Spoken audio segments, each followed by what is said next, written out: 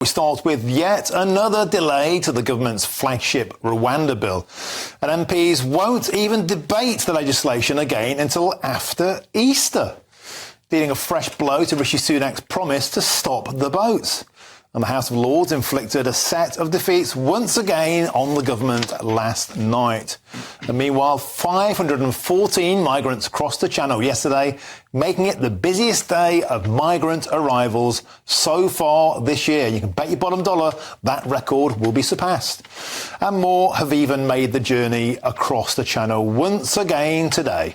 Well, I'm joined now by GBNews' political editor, Christopher Hope. Chris, an emergency. They're calling it an emergency. As I said at the top of the show, what kind of an emergency do you take a month off to sort? Or are they just laughing at us now? That, Martin, because this was an emergency legislation announced by the Prime Minister to deal with the small boats crisis. Now, let's rewind to the beginning of all this. The Rwanda plan was first announced by Boris Johnson in April 2022, nearly 2 years ago.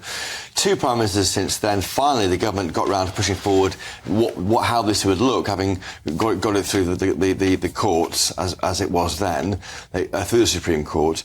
So this Safety of Rwanda bill was billed as an emergency. Now, an emergency bill you can get through the House of Commons and Parliament within a matter of weeks. We are now approaching the fourth month of waiting for this to happen. If you have an emergency at home and there's a plumber's called out, you fix the leak straight away. You don't wait 4 months for your entire house to be flooded, but that appears to be what's happened. We had a meeting today with the number 10 spokesman. It got quite testy. At one point someone said, you're taking voters for fools. If you think this is the way of tackling the migrant crisis, well, why aren't you doing it? 514 arrived yesterday. The numbers so far this year are up 10% on last year, and last year was when it fell by 30%. How did they react when it was put to them they're taking voters for fools? They said, no, we are trying to do it. So what I said, well, why not get on with it? You've got 3 more sitting days before Easter break, today, Thursday, Monday and Tuesday. Instead of doing some other, they're obviously more important legislation about something to do with so the security services must go through. But this is a crisis. Instead, we're waiting until the 15th of April, that week, when it might start being pushed through from the Commons. What happens next, of course, is the Commons have to reverse those 7 attempts to weaken the bill on that Monday or Tuesday. Then it goes back to the Lords for a third time, and that might be it. So there's a hope you might get royal assent by the end of that week, and then it could be a 6-week wait while all the individual people are contacted saying you're on the first flight out of here. It could be late May, maybe even early June. We're pushing this spring deadline the PM has come up with. Do you think, Chris, that this kind of procrastination, this kind of inactivity, this kind of broken promises repeatedly on top, and I know I mention Brexit all the time, but we saw then as at the beginnings of a breakdown of that fundamental trust in our elected representatives to actually do what the blooming well told. Brexit has been a complete disappointment for so many people. I've interviewed Sir Geoffrey Cox on my podcast tomorrow. We'll discuss that tomorrow on the programme. Brexit was an opportunity, I think, for people in this country, officials, MPs, to take back control of a third of laws that were decided and dealt with in Brussels to Whitehall and Westminster. Yes, there's been the COVID pandemic that started a month after we left the European Union in January 2020. Yes, there's a brief pause, and then the Ukraine invasion by Russia that prompted an energy shock. There's a lot of things happening. But I think Brexit has not worked. There's a feeling that the people voted in 2016 for change, and it hasn't been grasped by the people who run this country. And it looks like the road is running out for this Tory party. I've had a text here from Labour since I was tweeting about this on social media. They said Labour is ready to vote on Monday. Maybe a holiday for the Tories. It's not for Labour. They're making very clear that they are willing to get on with it. A rebel from the Tory side has sent me a note also saying the Rwanda bill is a total dud. It won't stop the boats. They're fighting for survival, tracking at just 19 points in the polls. That's the Tory party. Yeah, and that brings me neatly on to my next point. So this poll you mentioned there, YouGov out today, Tories on 19. It's placed the Reform Party on 15, 4 points behind. The Tories dropping one, Reform putting one on. And actually, Chris, when you delve into that data a bit further, it's even more concerning for the Conservative Party. the Reform Party are actually overtaken the Conservatives in the north. With Leave voters, they're more popular than they are with the Conservatives. And with the elder voters, these are dyed-in-the-wool Conservative voters, they are switching to Reform in their droves. Will this continue, though, to an election, or is this like a protest poll ahead of the fact they're just so disappointed with what's going on? It could be. The polls are disastrous. We're getting near margin of error territory when it's plus or minus 2 points. And, you know, this idea of crossover, we often discuss in this programme, when Reform crossover and become unbelievably the second party polling behind Labour, when the Tories, when Reform was a Brexit Party, won the Euro elections, UKIP in 2014, and then, of course, it was, well, your party, the Brexit Party, in 2019. That triggered a complete panic amongst Tory ranks. That will happen. Labour, though, is making very clear, you know, it's willing to sort of hoover up all the disaffected votes. Earlier, we heard from Yvette Cooper with her only criticism of the government's approach to small boats. Here's what she had to say. We've seen now that more people arrived on small boats yesterday than the government is planning to send to Rwanda in the next 12 months. And that just shows the gimmick that is the Rwanda policy that involves them sending £500 million to Rwanda for just 300 people. Instead of the gimmick, what we should be doing is putting that investment into improving our border security, going after the criminal gangs, and also setting up a returns unit so that we make the system work, get a grip instead of the gimmicks. OK, well, joining us now is the political editor for HuffPost UK, Kevin Schofield. Kev, welcome to the show. Always an absolute pleasure. An emergency, they're calling it, an emergency with a month-long waiting list. If you called a plumber and they were going to take a month, you'd sack them off. What kind of seriousness are they actually treating this with if, as Chris Hope said, well, they sort of take the voters now for absolute idiots? Yeah, I think it shows that Rishi Sunak places party management above actually getting this bill through. So I was one of the journalists outside Committee Room 14 last night in the House of Commons when Rishi Sunak appeared before the 1922 committee. Now, he was a little bit late in turning up, and while we were waiting for him, there was a lot of cheers from inside the room, and we couldn't quite understand why that was, because normally the cheers wait until the Prime Minister actually shows up. We found out today that was because the MPs were told, basically, you're on holiday from tonight, you don't have to turn up next week, this bill's not coming back.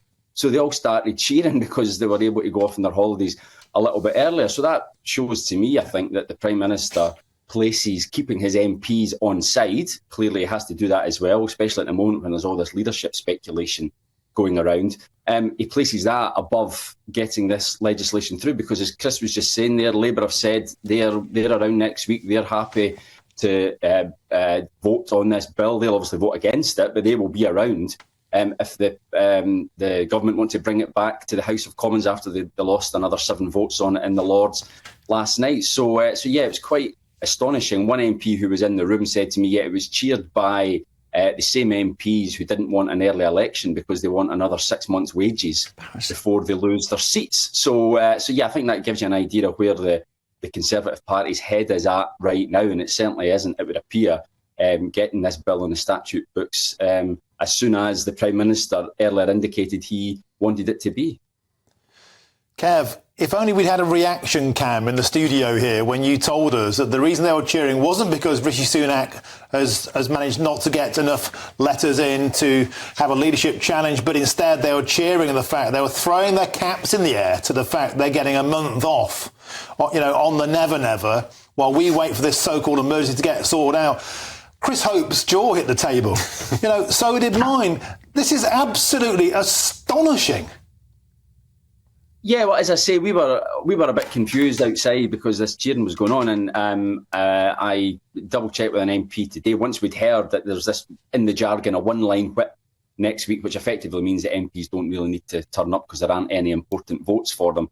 And I texted an MP who was in the room and said, is that, by the way, is that maybe why they were cheering last night? And he said yes. So they were told, you know, next week, effectively, you can go back to your constituencies. So yeah, that is basically, as I say, where the party's head is at. And it's ironic that as they were cheering, and they were cheering the Prime Minister as well a little bit later, you know, literally at the same time, they were losing these votes in the House of Lords, despite the fact that they had flown back Lords, I should say, from abroad. Tory Lords who don't really show up very often came back, especially to vote. Last night they were told that their presence was required. In the end, they still lost the votes reasonably easily. And now we know that these Lords are really, really annoyed that after all the hoo-ha last night, the bill isn't actually even going to be coming back now till after Easter. Kevin, it's Chris Hope in the studio.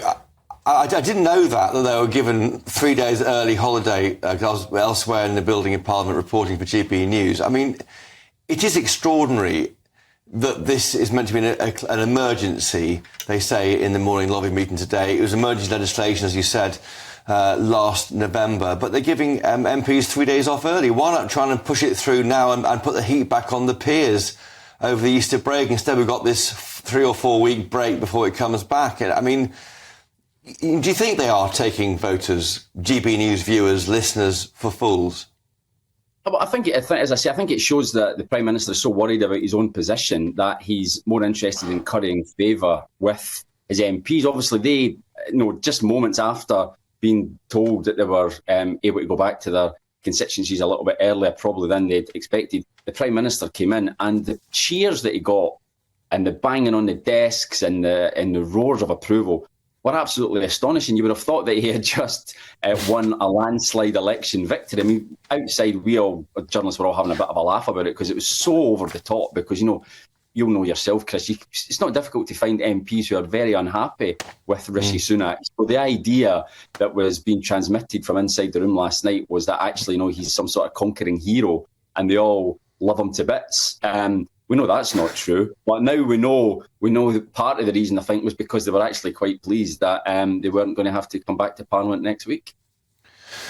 Kevin Schofield, it's not often that I'm lost for words on this show, but the idea that these peers are dragged to the province from the provinces, they get 300 quid for showing up for half an hour's work, and they're upset about that. And then they're cheering when they're given a few days off. Absolutely, MPs, absolutely staggering. Kevin Schofield, the political editor for HuffPost UK, thanks, I guess, for joining us and sharing that with us. Just absolutely gobsmacked, Chris.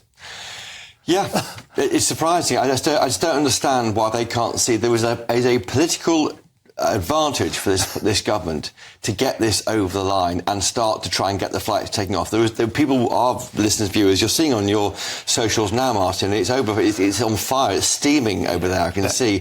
There was a political advantage for the Tory party to get ahead of this. So why are they giving them 3 days off early before? I just don't know. And then they're all cheering. And so they go, I mean, it does beg a belief.